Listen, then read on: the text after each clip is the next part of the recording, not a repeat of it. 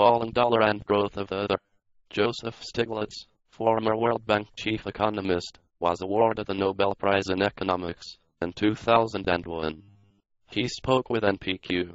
NPQ, former Secretary of U.S. Treasury, Hank Paulson, has stated that one of the main dynamics of the credit bubble is the widespread availability of liquidity from China to the United States through the investment of its reserves of dollars in securities U.S. government. This kept interest rates down long-term, making easy credit, and also prompted investors to reach for yield in the more exotic instruments. Do you agree with this analysis? Joseph Stiglitz: yes and no. It is true that Chinese savings flowing massively in the U.S., and obviously interest rates in the U.S. were affected, but by no means by that. The overall high level of liquidity may have been destroyed by the Federal Reserve, which had discretion in interest rates. There could be raised to stop the bubble caused by easy credit expansion. Usually, a large amount of savings is a blessing, not a problem. Having money is a cheap base of strong economic growth. The problem is that the U.S. financial system did what it had to do, which is to manage risk and allocate capital for productive purposes. Literally lost this blessing and are now paying the price. But it is absurd to blame the Chinese. NPQ, among the many challenges of Obama, does not generally correct this imbalance in savings and consumption among U.S. and China. Stiglitz: in a globally integrated economy, the biggest challenge is to ensure that there is adequate global aggregate demand achieved through spending when countries like China feel they must keep the high levels of dollar reserves to protect against international currency volatility.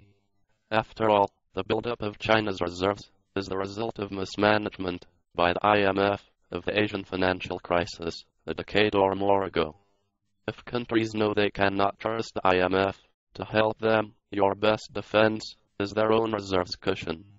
In a time of global recession, spreading too much emphasis on saving the surplus countries like China may hamper global growth prospects.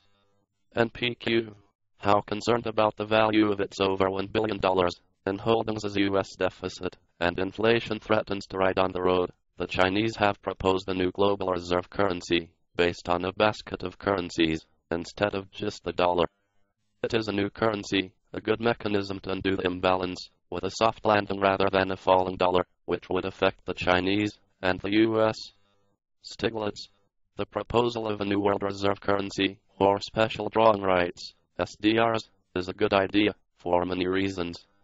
Yes, the Chinese would cushion any fall in the value of the dollar itself, as it would only be part of a basket of currencies, including the yen and the euro. But above all, a new reserve currency basket could stimulate aggregate demand worldwide by significantly reducing the fear of currency volatility, which, as I said, is what has led to countries like China to save so much money in reserve instead of spending it.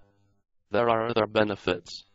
As a matter of sound economics, the welfare of the world should not depend on the management of a single currency. Currency risk is diversified across a basket reserve unit, stability and confidence about him.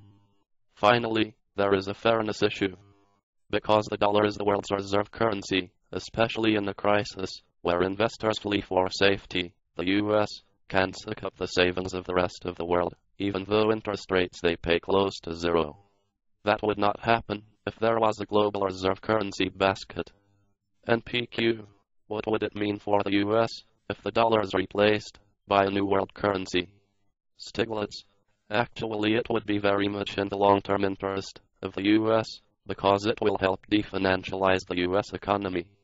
Of course, the U.S. gets a bit of a break for being able to borrow at low cost from the rest of the world. But there is a macroeconomic cost in the country. One way to look is that the U.S.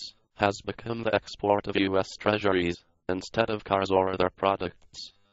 Global demand for dollars has supplanted the demand for manufactured goods and services, resulting in multilateral trade deficits and lost jobs at home. NPQ: at the recent summit in London, leaders of the G20 decided to create $250 billion in new SDRs. Is it an important step on the road to creating a new world reserve currency?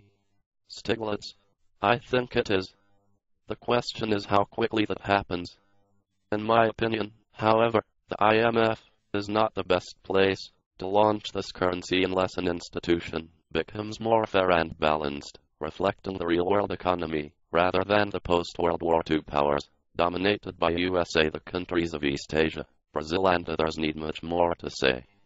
For example, the $250 billion in SDR tasks, only $19 billion went to developing countries. Thus the idea of greater SDR is a good idea. The institution is wrong. NPQ. Still, the fact that the Chinese have proposed a new global currency SDR, and the G20 has taken a step towards its establishment, no doubt marks a power shift in the world. Stiglitz: it is indeed a recognition of the reality of a truly multipolar world that requires going to a truly multilateral system of governance. The power shift began several years ago, under the Bush administration, when the dollar became very volatile and began to decline. That is, when China went from having almost 100% of its dollar reserves to 75%. Some countries were completely out of the dollar. The dollar, for all intents and purposes, lost its status as a special reserve, and people started talking about a portfolio or a basket approach as a store of wealth, rather than the dollar. The momentum behind the idea today of a new world reserve currency reflects, in effect, the growth of others in world politics and economy, led by China. For more information, visit www.economist.blogspot.com.